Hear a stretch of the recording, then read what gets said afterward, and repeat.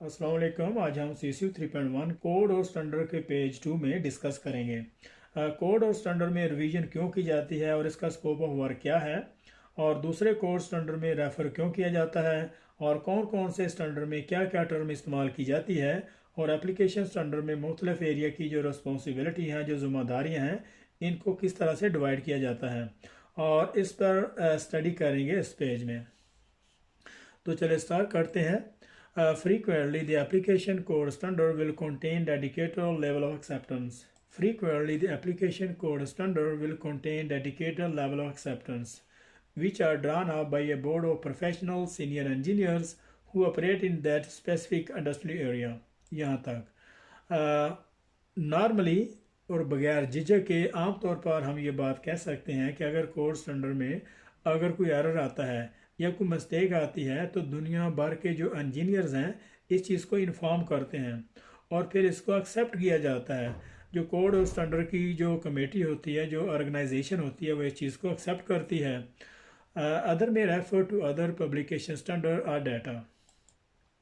और फिर इसके अलावा जो उसका जो रेलिवेंट स्टैंडर्ड है उसकी तरफ उसको जो रेफ़र किया जाता है। जैसा कि अगर हम बात करते करते किसी क्रोजन की तरफ बात जाती है तो फिर हम कहते हैं कि फ़लाँ कोड स्टैंडर्ड में चेक करें। और इसी तरीके से अगर हम पाइपिंग की बात करते हैं तो फिर उसी हवाले से उसी कोड स्टैंडर्ड का जो है हवाला दिया जाता है कि उसमें चेक करें उसके मतलब, क्योंकि हर उसका जो कोड स्टैंडर्ड है उसमें उसकी जो डिस्कशन है उसकी जो तफसील से डिस्कस की हुई होती है। Code and standard are revised periodically to take into account new data। यहाँ तक। और कोड स्टैंडर्ड को जो है वक्फे वक्फे से जो है उसको रिवाइज किया जाता है उसमें नया डाटा ऐड करने के लिए। मिसाल के तौर पर अगर किसी भी एप्लीकेशन की जो यील्ड स्ट्रेंथ है या टेंसाइल स्ट्रेंथ का लेवल एक स्पेसिफिक लेवल है, अगर उसमें कहते हैं कि अगर इसका जो टेंसाइल स्ट्रेंथ है या यील्ड पॉइंट है अगर यहाँ तक भी आ जाए तो भी एक्सेप्टेबल है, तो इसी तरीके से उसको फिर जो है नई को ऐड कर देते हैं। नई manufacturing methods or process that may come into being. Areas of the responsibility areas of the responsibility within any application standard are generally divided into। वो ये कह रहा है कि इसके साथ साथ उसकी जो न्यू मैन्युफैक्चरिंग के जो मेथड हैं और जो वेल्डिंग प्रोसेस के नए न्यू मेथड आ रहे हैं वो भी इसमें ऐड किए जाते हैं। और इसके बाद जो एप्लीकेशन कोड स्टैंडर्ड के हवाले से उसकी जो मुख्तलिफ एरिया की जिम्मेदारियाँ हैं, जो रिस्पॉन्सिबिलिटी हैं, उनको 3 एरिया में डिवाइड किया जाता है।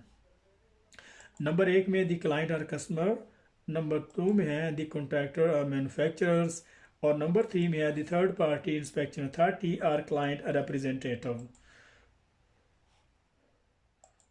इस पैराग्राफ को अभी चेक करते हैं। The applied code standard will form the main part of the contract documents. यहाँ तक इसको करते हैं। अप्लाइड और कोड स्टैंडर्ड का जो मेन पार्ट है डॉक्यूमेंट्स, कॉन्ट्रैक्ट डॉक्यूमेंट्स का जो मेन पार्ट है वो अप्लाइड कोड स्टैंडर्ड ही है, क्योंकि अप्लाइड कोड स्टैंडर्ड की ही वजह से सारे के सारे जो एग्रीमेंट हैं, जो कंसेशन है, डेविएशन है या नॉन कन्फर्मेंस हैं, जो भी कॉन्ट्रैक्ट और जो क्लाइंट के हवाले से जितनी भी जो रिटर्न एग्रीमेंट जो किए जाते हैं वो सारे के सारे अप्लाइड कोड स्टैंडर्ड के हवाले से ही किए जाते हैं। Hence, any deviation or non-conformance from the code standard must be applied for by applications from the contractor to client as a concession। यहाँ तक वो ये कह रहा है कि अगर कोई भी डेविएशन आती है, कोई चेंजिंग आती है, या अगर किसी मुआदे में या किसी एप्लीकेशन कोड स्टैंडर्ड में अगर कोई नॉन कन्फर्मेंस आती है कोड स्टैंडर्ड के हवाले से, एप्लीकेशन के हवाले से, या फिर कोई कंसेशन वगैरह आती है क्लाइंट की तरफ से एज ए कॉन्ट्रैक्टर को, तो फिर उनको क्या करते हैं कि एज ए लाइन उसको रिटर्न तौर पर उसको लिख लिया जाता है। And should always be agreed in written prior to implementation. और फिर उस पर एग्री होने वो रिटर्न तौर पर उस पर साइन कर लिए जाते हैं काम शुरू करने से पहले। ये बड़ी इंपॉर्टेंट चीज़ है कि ये उसके जो एग्री होने के बाद उसको जो साइन कर लिए जाते हैं, रिटर्न एग्रीमेंट साइन कर लिए जाते हैं काम शुरू करने से पहले। Once a concession has been agreed, written and sign, it is then file with the fabrication project quality documents. वो ये बात कर रहा है अगर कोई कंसेशन क्लाइंट की तरफ से कॉन्ट्रैक्ट को मिल जाती है किसी क्वालिटी के हवाले से या किसी कंज्यूमेबल के हवाले से, या मटेरियल में कोई अगर कोई ऐसी चीज़ आती है तो फिर एज ए रिटन तौर पर उसको जो साइन कर लिए जाते हैं, फिर उसको जो क्वालिटी फाइल में उसको जो है उस डॉक्यूमेंट्स को जो है वो सेव कर लिया जाता है। तो यहाँ पे क्वेश्चन भी बनता है कि जो डॉक्यूमेंट्स कहाँ पे सेव होते हैं। फैब्रिकेशन प्रोजेक्ट क्वालिटी डॉक्यूमेंट जो है वो फाइल जो फैब्रिकेशन प्रोजेक्ट क्वालिटी में उसको जो है वो सेव कर लिए जाते हैं। Typically contents of the manufacturing standard. As a previously described, most manufacturing standard can be basically divided into three areas. This area will contain similar type of the instruction, data, or information, a reference to the production of that which is the standard cover.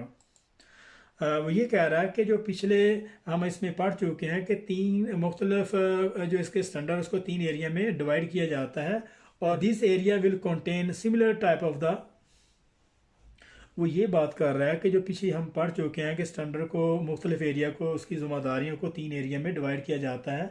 Most manufacture standard can be basically divided into three area. वो ये बात कर रहा है कि जो most standard हैं उनकी जो बेसिकली उनकी जो थ्री एरिया में डिवाइड किया जाता है। This area will contain similar type of the instruction, और जो तीन जो ज़िम्मेदारियाँ हैं इनमें सिमिलर तकरीबन एक ही जैसी मिलती जुलती उसमें इंस्ट्रक्शन होती, इंफॉर्मेशन होती है, उसमें डेटा होता है, और वही डाटा जो अगर एक जगह से जो वो नहीं हमें कंप्लीट तौर पर मिलता तो उसकी जो रेफरेंस दी जाती है कि फ़लाँ कोड स्टैंडर्ड में अगर कोई ऐसी बात है तो फ़लाँ कोड स्टैंडर्ड में चेक करें, आपको वहाँ से मिल जाएगी। Reference to the production of that which is the standard cover, और जिसमें स्टैंडर्ड कवर करता है अगर वो वहाँ से नहीं मिलती तो फिर आपको किसी दूसरे कोड स्टैंडर्ड में उसकी जो रेफरेंस है मिल सकती है। This section contain within the typically line pipe standard are outline below. तो ये कह रहा है कि आमतौर पर जो पाइपलाइन में जो स्टैंडर्ड है वो यहाँ पे उन्होंने डिस्कशन की हुई है नंबर 1 में सेक्शन में, और उसमें journal this section contain the scope of the standard. तो इस सेक्शन में जो स्टैंडर्ड का स्कोप है कि स्टैंडर्ड कहाँ पे अप्लाई होता है, कहाँ पे वो काम नहीं करता, ये सारी डिस्कशन दी हुई है इस चैप्टर इस सेक्शन में, which is very important statement है। और outlining accurately all that is covered by the standard and hence indicated which is not. जहाँ पे ये कोड स्टैंडर्ड अप्लाई होता है उसको एक्सेप्ट किया जाता है, और जहाँ पे नहीं होता उसकी भी इंडिकेशन दी होती है। जैसे कि और बहुत सारे अमेरिकन स्टैंडर्ड में ये होता है कि जो मूवेबल जो वेसल हैं उसकी जो स्कोप उसको कवर नहीं करता। इस तरीके से अगर 100 kg जो है उसको गैलन जो है उससे नीचे जो उसके जो वेसल हैं, उसके जो प्रेशर वेसल हैं या जो भी मूवेबल ऐसी चीज़ें हैं तो उनको भी जो है ये स्टैंडर्ड कवर नहीं करता। तो नंबर 2 में सेक्शन में this identify A comprehensive list of all other standard. तो नंबर 2 सेक्शन में जो रेफरेंस है इसमें जो क्या है कि जो स्टैंडर्ड दूसरे बहुत सारे स्टैंडर्ड की जो वसी पैमाने पे आइडेंटिफाई करता है, और publication to which the standard make reference. और इस पब्लिकेशन का वही बात कर रहा है कि अगर उस पब्लिकेशन में अगर वो चीज़ जो अवेलेबल नहीं है तो स्टैंडर्ड दूसरे स्टैंडर्ड को रेफर करता है। These may include national published standard. These may include nationally published standard for the welding approval application. This may include nationally published standard for the welding approvals, specialized equipment, welding consumable and entity. वो ये कह रहा है कि इसमें मुल्की तौर पर जो पब्लिश स्टैंडर्ड हैं और वेल्डिंग प्रोसीजर अप्रूवल हैं, और इसके अलावा जो स्पेशलाइज्ड इक्विपमेंट है उसकी भी जो है वो आइडेंटिफाई करता है, और इसके अलावा वेल्डिंग जो कंज्यूमेबल हैं उसका भी रेफरेंस देता है। और नंबर 3 में है this section identify A list of specific term use with the standard. और इस नंबर 3 में डेफिनेशन में जो है जो स्पेसिफिक टर्म जो स्टैंडर्ड में इस्तेमाल करते हैं उसमें जो है वो आइडेंटिफाई किया हुआ है, and offer A precise and concise explanation. और यहाँ पे वो क्या करता है कि तफसीलन इसकी जो है वो एक्सप्लेनेशन करता है, और ये कोड स्टैंडर्ड कहाँ पे अप्लाई होता है और इसकी कौन कौन सी, और इसकी फिर कम्प्लीटली तौर पर जो डेफिनेशन है वो भी जो डिस्कस करता है। तो यहाँ पे CC 3.1 का जो चैप्टर 7 है उसका जो पेज 2 यहाँ पे ख़त्म हो रहा है। तो मिलते हैं नेक्स्ट पेज में, तब तक के लिए अल्लाह हाफिज़।